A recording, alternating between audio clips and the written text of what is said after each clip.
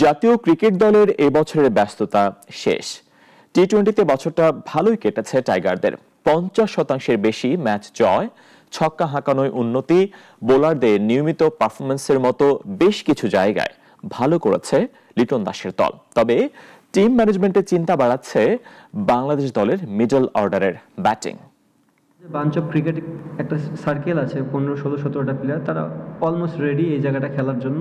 অধিনায়ক লিটন দাসের চোখে টি-20 বিশ্বকাপের জন্য বাংলাদেশ দল প্রস্তুত। 2025-এ টি-20তে বাংলাদেশ দলের পরিসংখ্যান নেই এই আত্মবিশ্বাসের উৎস, কেননা এই বছরই সংখ্যার হিসেবে সবচেয়ে বেশি ম্যাচ জিতেছে টাইগাররা।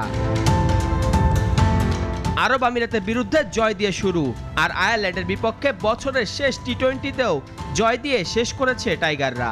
সব মিলিয়ে মোট 30টি টি-20 খেলেছে বাংলাদেশ, যার মাঝে 14 হারের বিপরীতে জয় 15টিতে। বাংলাদেশের সবচেয়ে বেশি উন্নতি হয়েছে ছক্কা মারার সামর্থ্যে। টি-20তে এক পঞ্জিকা বর্ষে এবার রেকর্ড 206টি ছক্কা হাঁকিয়েছেন বাংলাদেশের ব্যাটাররা, যার 41টি এসেছে ওপেনার তানজিদ তামিমের ব্যাট থেকে, যেটিও এক পঞ্জিকা বর্ষে কোনো বাংলাদেশি ব্যাটারের জন্য সর্বোচ্চ ছক্কা হাঁকানোর রেকর্ড। এছাড়া টি-20তে বাংলাদেশি ব্যাটার হিসেবে বছরে 775 রান করেছেন তানজিদ। টপ অর্ডার যখন মোটামুটি ধারাবাহিক, তখন নরবরে মিডল অর্ডার শঙ্কা জাগাচ্ছে। জাকের আলী, শামীম হোসেন, তাওহিদ হৃদয়, নুরুল হাসানদের স্ট্রাইক রেট আধুনিক টি-20 সঙ্গে যেন তাল মেলাতে পারছে না।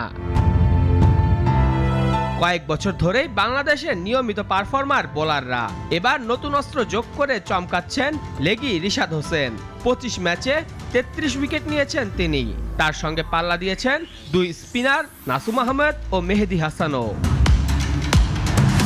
পেস বোলিংয়ে বাংলাদেশের নেতৃত্ব আছে মোস্তাফিজুর রহমানের কাছেই।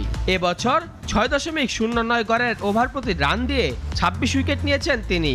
টিম ম্যানেজমেন্টের সন্তুষ্টি আছে তাসকিন আহমেদ, শরীফুল ইসলাম, তানজিম হাসানদের পারফরমেন্স নিয়েও।